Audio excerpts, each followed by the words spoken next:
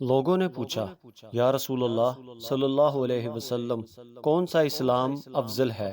تو نبی کریم صلی اللہ علیہ وسلم نے فرمایا، وہ جس کے ماننے والے مسلمانوں کی زبان اور ہاتھ سے سارے مسلمان سلامتی میں رہیں۔ صحیح بخاری بک نمبر 2 حدیث نمبر 4۔ ایک دن ایک آدمی نے ان حضرت صلی اللہ علیہ وسلم سے پوچھا کہ کون سا اسلام بہتر ہے؟ فرمایا کہ تم کھانا کھلاؤ اور جس کو پہچانو اس کو بھی اور جس کو نہ پہچانو اس کو بھی، الغرض سب کو سلام کرو۔ صحیح بخاری بک نمبر 2 حدیث نمبر 5۔ ان حضرت صلی اللہ علیہ وآلہ وسلم نے فرمایا، تم میں سے کوئی شخص ایماندار نہ ہوگا جب تک اپنے بھائی کے لیے وہ نہ چاہے جو اپنے نفس کے لیے چاہتا ہے۔